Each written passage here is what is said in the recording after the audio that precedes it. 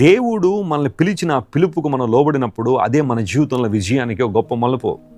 ఈరోజు నీ జీవితంలో పతనావస్థలో ఉన్నావా? శాంతి సమాధానాలు లేవా? ఆనందం లేదా? నీ జీవితంలో నిరీక్షణ లేదా? పాపం నిన్ను అణిచివేస్తూ ఉందా? పాపం నీకు సమాధానం లేకుండా చేస్తుందా? నీ కుటుంబ బంధాలు విచ్ఛిన్నమైపోతున్నాయా? ఆధ్యాత్మికంగా రోజు రోజుకి దిగజారిపోతున్నావా? ఆత్మీయ విలువలు లేకుండా బ్రతుకుతున్నావా? ప్రభు నిన్ను పిలుస్తున్నాడు. ఆనాడు కోరెషిని పిలిచిన దేవుడు ఈరోజు నిన్ను నన్ను పిలుస్తున్నాడు తనతో సాహసించాలి. అంత మాత్రం కాకుండా రప్పించాను అన్నాడు. దేవుడు మనల్ని వెలుపులకు తీసుకొచ్చాడు. ఆయన కేవలం పిలవడం మాత్రమే కాదు, మనం ఉన్న పరిస్థితులను బయటికి రప్పించేవాడు.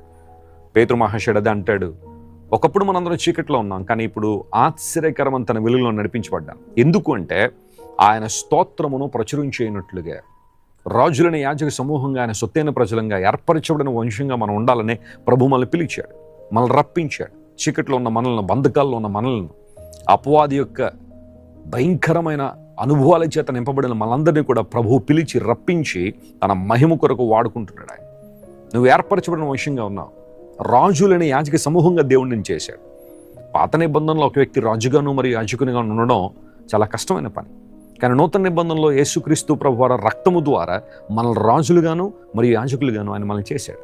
ఆయన సేవించినట్లుగా, ఆయన కొరకు మనం జీవించినట్లుగా ప్రభు మనకు సహాయం చేస్తున్నాడు. అంత మాత్రం కాదు, అతని మార్గము తేజరిల్లును అంటే క్రీస్తు ప్రభు మార్గములు ఎవరైతే నడుస్తున్నారో, ఆయన చిత్తములు ఎవరైతే నడుస్తున్నారో వారు చీకట్లో నడవడం లేదు, చీకటిని జయించారు.